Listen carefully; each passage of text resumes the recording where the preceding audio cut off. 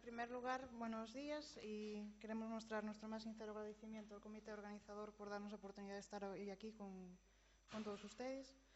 Y sin más dilación, pues pasamos al tema que el tiempo apremia.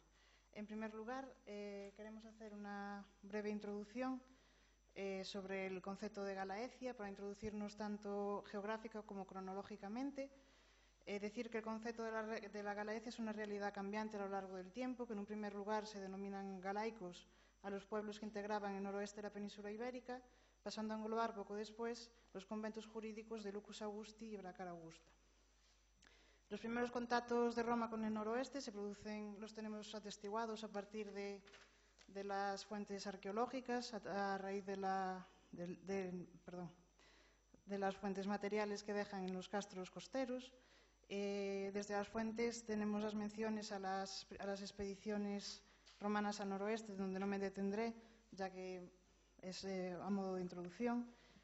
Lo que sí es, durante el principado de Octavio se lleva a cabo la conquista definitiva del noroeste y en el año 16 se da por pacificada y conquistada la franja noroeste, dando lugar a la tradicional división por conventus, en donde se englobarán las principales ciudades augusteas que nos interesan en estos momentos, que son Lucus, Brácara y Astúrica.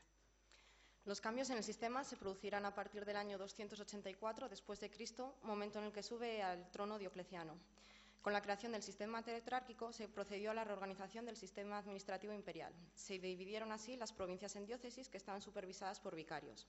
Astúrica Augusta, la actual ciudad de Astorga, en la provincia de León, fue seleccionada como la capital de la diócesis Hispaniarum. Por lo que ahora, ya en el periodo conocido como Bajo Imperio, la Galaecia estará formada a partir de los conventos brácara-augustano, lucense, asturicense y parte del cluniense. En el siglo V después de Cristo, la llegada de los pueblos bárbaros a territorios hispanos agilizó la desmembración de la organización romana. Los asdingos ocuparon la parte oriental de Galicia, es decir, las actuales provincias de Orense, León y Asturias, los suevos la parte occidental de Galicia, las zonas costeras de Pontevedra, La Coruña y Braga, y los alanos en la parte suroeste de lo que era la Galaecia. En el año 418 después de Cristo, Honorio realizó un foedus con el pueblo visigodo para que fuesen estos los encargados de expulsar a los grupos bárbaros de la península ibérica a cambio de concederles tierras en la Galia donde pudieran asentarse allí de manera definitiva. Tras continuos enfrentamientos, a mediados de este siglo V, gran parte de estos invasores ya habían desaparecido de los límites peninsulares, salvo el resistente reino suevo en la zona de la Galaecia, que resistió hasta el año 585 después de Cristo, momento en el que pasa a formar parte del reino visigodo de Hispania. Vale. Y ahora, de forma esquemática, queremos hacer una revisión de la historia de las investigaciones de la Galaecia, donde dividiremos tanto, yo me centraré en la Galaecia occidental y mi compañera en la Galaecia oriental. De forma muy esquemática, podemos decir que es a partir de la Ilustración en el siglo XVIII cuando podemos encontrar las primeras menciones sobre la romanización de la Galaecia de la mano de eruditos tan conocidos como el padre Sarmiento, que con noticias sobre vías, inscripciones o necrópolis. En el siglo XIX, con la llegada del romanticismo, tenemos la predominancia de los estudios célticos, se crea un cierto estigma sobre la civilización grecolatina como conquistadora, pero no se deja de lado su componente civilizador.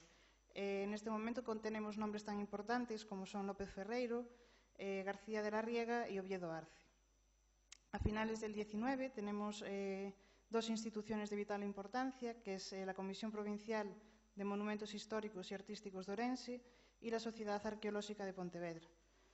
Ya entrados en el siglo XX, un punto de inflexión para los estudios de la historiografía de la Galaecia supone la creación del Seminario de Estudios Gallegos en 1923, con una importante producción investigadora centrándose sobre todo en el estudio de textos clásicos y epigráficos.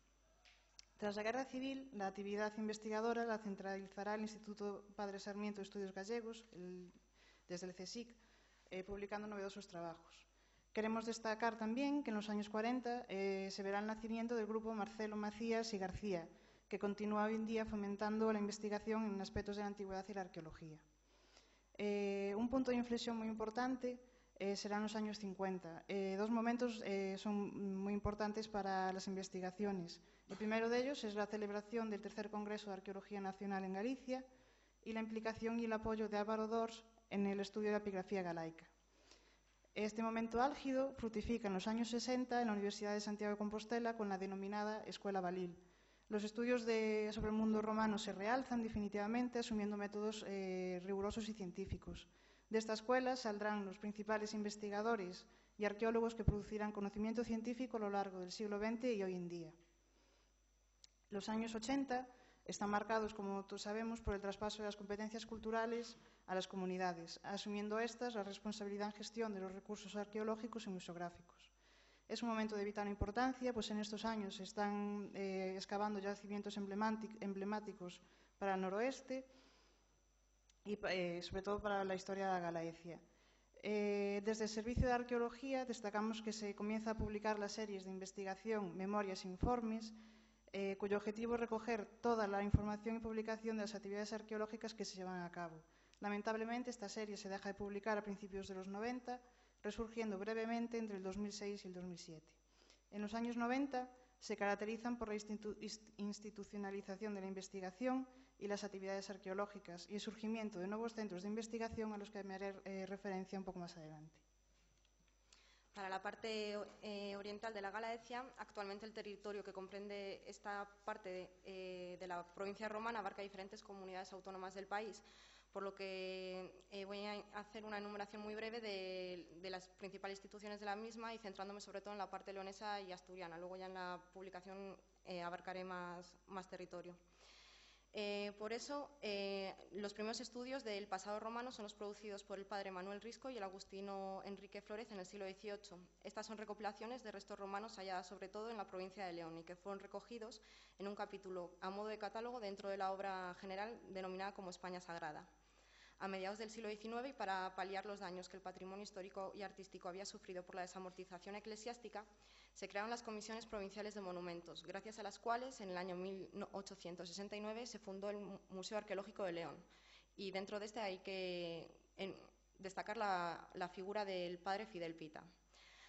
También a mediados del siglo XIX, pero ya en la comarca asturiana, se crea el Museo de Antigüedades de la Comisión de Monumentos de Asturias entre los años 1844 y 1846.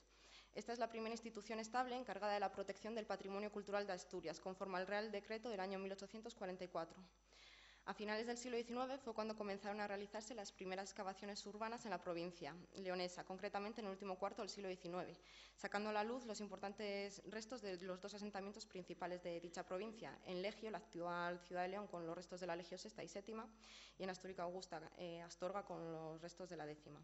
Estas excavaciones comenzaron a mostrar luz en el estudio del pasado romano de la zona, ya que anteriormente únicamente conocíamos restos aislados y materiales arqueológicos romanos, pero la mayoría de ellos descontextualizados.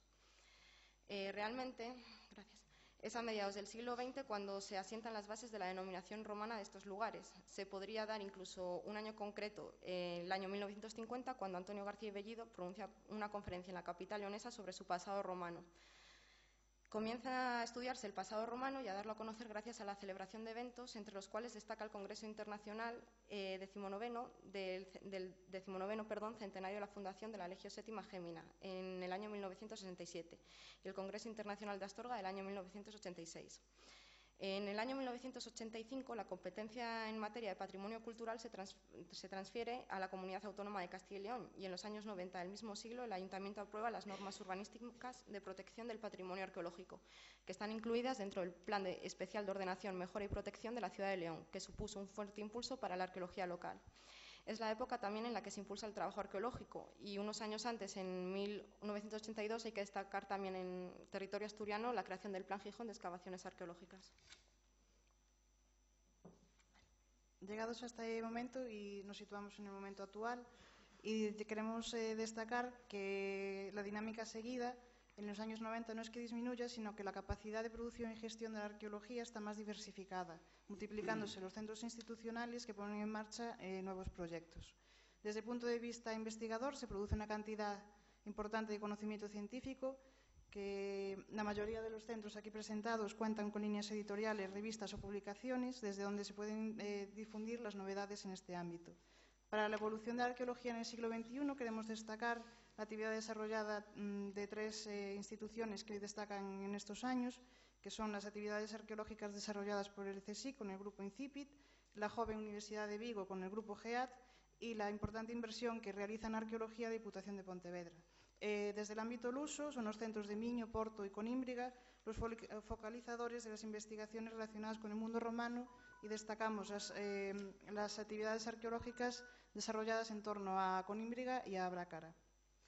Pasamos ya directamente a estado de la cuestión y conclusiones. Sí, perdón, luego ya desarrollaremos más este tema. El estado de la cuestión que queremos destacar es que fundamentalmente, si bien desde el punto de vista de la investigación se produce una gran cantidad de investigaciones y de desarrollo investigador, desde el punto de vista de la arqueología ahora mismo está centralizada la arqueología urbana y la de urgencias, a que genera gran cantidad de las nuevas intervenciones que se llevan a cabo. Queremos destacar el hecho que es necesaria recuperar la comunión entre la arqueología y la investigación, puesto que el conocimiento generado desde la arqueología urbana, si se deja almacenado en los almacenes de los museos, se perdería. Y nada más destacar este punto.